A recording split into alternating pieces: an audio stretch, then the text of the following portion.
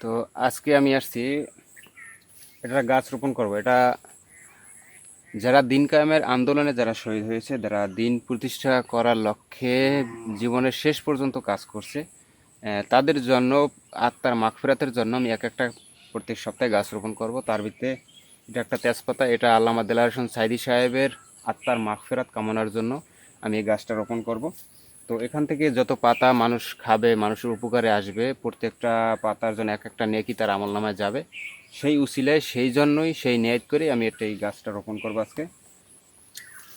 তো গাছটা আসলে আফসোসের বিষয় হলো যে ক্যামেরাটা ধরার মতো লোক খুঁজে পাওয়া যায় না।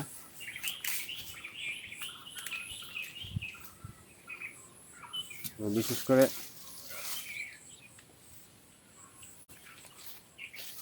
আমি একটু দেখাইতেছি আপনাদেরকে। করিস না।